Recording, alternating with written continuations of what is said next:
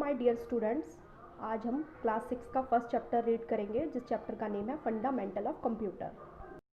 सो देखिए, कंप्यूटर शब्द लगातार कैलकुलेशंस को परफॉर्म करने का कार्य करता है। आजकल कंप्यूटर मीनिंगफुल इंफॉर्मेशन को प्रोड्यूस करने का कार्य करता है। कंप्यूटर प्रणाली को 4 भागों में बांटा जाता है: इनपुट, प्रोसेसिंग, आउटपुट और मेमोरी।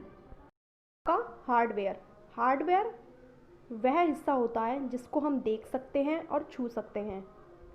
कुछ पार्ट्स सीपीयू के अंदर होते हैं और कुछ पार्ट्स सीपीयू के बाहर दिखाई देते हैं। सीपीयू के अंदर दिखने वाले पार्ट्स होते हैं हार्ड डिस्क और मदरबोर्ड, और सीपीयू के बाहर दिखने वाले पार्ट्स कौन कौन से होते हैं? Keyboard, monitor, mouse and speaker. Hardware को 4 भागों में बांटा गया है: input device, central processing unit, output device and storage device. पहले इनपुट डिवाइस। इनपुट डिवाइस एक उपकरण है जो कंप्यूटर को इनपुट प्रदान करता है। इनपुट डिवाइस में डाटा और इंस्ट्रक्शंस फीड की जाती हैं।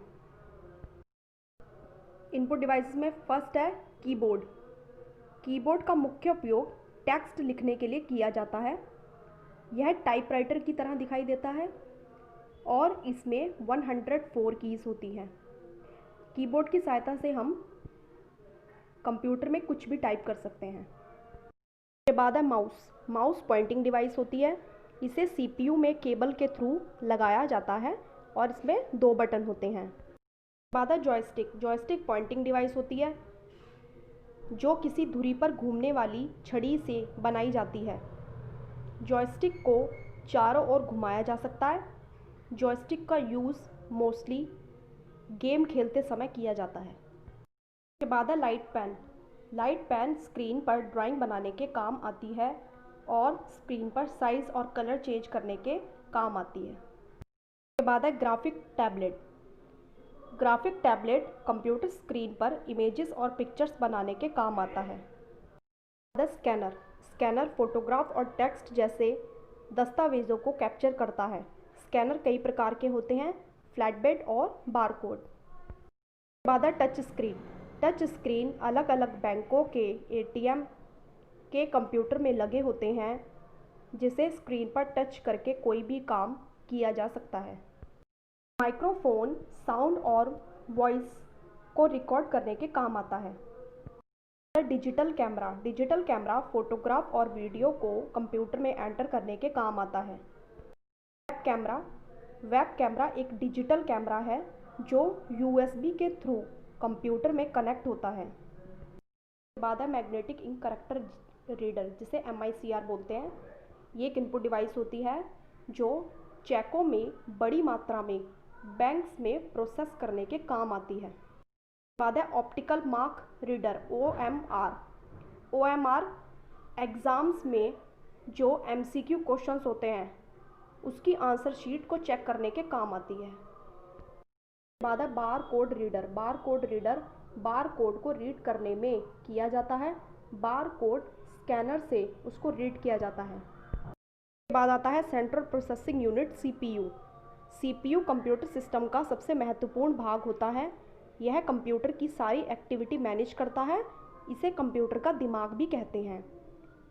इसको 3 भागों में बांटा जाता है: मेमोरी यूनिट, कंट्रोल यूनिट और अर्थमेटिक लॉजिक यूनिट। सबसे पहले है मेमोरी यूनिट। यह कंप्यूटर की मुख्य मेमोरी होती है। इसे प्राइमरी या इंटरनल मेमोरी भी कहते हैं। इसे डाटा प्रोसेस करने में सीपीयू के द्वारा डायरेक्टली यूज़ किया जाता है। Control unit. यह यूनिट कंप्यूटर के सभी भाग के ऑपरेशंस को कंट्रोल करती है, लेकिन कोई भी डाटा प्रोसेस नहीं करती। फिर है अर्थमेटिक लॉजिक यूनिट। इसमें 2 सेक्शंस होते हैं: अर्थमेटिक सेक्शन, यह भाग जोड़, घटा, गुणा, भाग करने वाले ऑपरेशंस करता है। सेकंड है लॉजिक यूनिट। यह लॉजिकल ऑपरेशंस जैसे कंपेयर करना, सिलेक्टिंग, मैचिंग और डाटा को मैनेज करता है। उसके बाद है आउटपुट डिवाइसेस। ये डाटा जो प्रोसेस हुआ है उसे दिखाने में मदद करता है। सीपीयू की प्रोसेसिंग के बाद हमारा डाटा मॉनिटर पर दिखाई देता है। कुछ आउटपुट डिवाइसेस इस प्रकार हैं। दिया मॉनिटर। मॉनिटर टीवी की तरह दिखाई देता है। ये कंप्यूटर पर किए गए काम को दर्शाता है। जो इन्फॉर्मेशन हम मॉनिटर पर देखते हैं उसे सॉफ्ट कॉपी कहते हैं। The speaker. स्पीकर कंप्यूटर में म्यूज़िक और वॉइस को सुनने के काम आता है। उसके बाद है प्रिंटर। प्रिंटर जो कंप्यूटर पर दिखाई देता है वो एक पेपर पर प्रिंट करने के काम आता है। जो प्रिंटर कॉपी करता है उसे हार्ड कॉपी कहते हैं।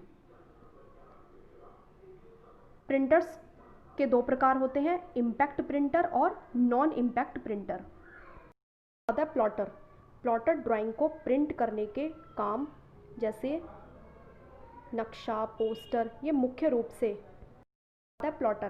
प्लॉटर ड्राइंग को प्रिंट करने के काम आता है। प्लॉटर मुख्य रूप से वैज्ञानिकों और इंजीनियरों के यूज़ करने के काम आता है। LCD projector.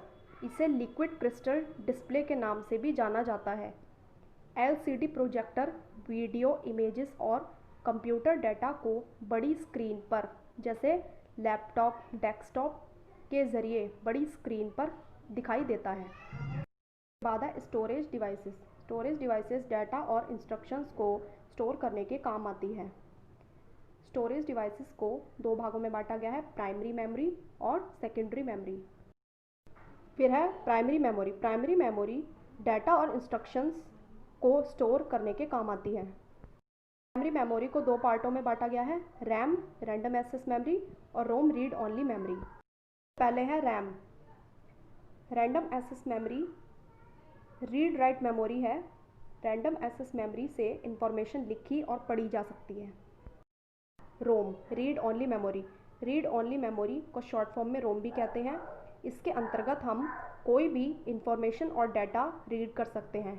Read only memory एक कंप्यूटर मेमोरी है जिस पर डाटा पहले से रिकॉर्ड होता है। बाद सेकेंडरी मेमोरी। सेकेंडरी मेमोरी के अंतर्गत हम अपने डाटा और इन्फॉर्मेशन को लंबे समय तक स्टोर कर सकते हैं और उस पर कोई भी कार्य कर सकते हैं। सेकेंडरी मेमोरी एक्सटर्नल मेमोरी और बैकअप मेमोरी होती है। ये बड़ी मात्रा में प्रोग्राम डाटा को स्टोर करने के काम आती है। उसके बाद है हार्ड डिस्क। हार्ड डिस्क एक मैग्नेटिक डिस्क है जिसमें बड़ी मात्रा में डाटा को स्टोर किया जा सकता है। आजकल हार्ड डिस्क को पीसी में यूज़ करते हैं जो 500 GB या 1 TB यानी टेराबाइट की होती है। कि compact disc. Compact disc optical media में ऑडियो और वीडियो को रिकॉर्ड करने के काम आती है। फिर है डिजिटल वर्सेटाइल डिस्क, डीवीडी।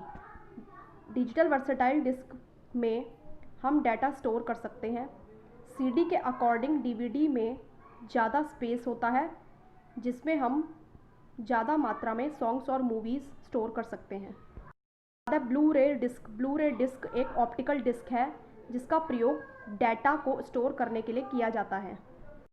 बाद है फ्लैश ड्राइव। फ्लैश ड्राइव व पेन ड्राइव एक स्टोरेज डिवाइस है जिसका यूज़ फाइल ट्रांसफ़र करने के लिए किया जाता है।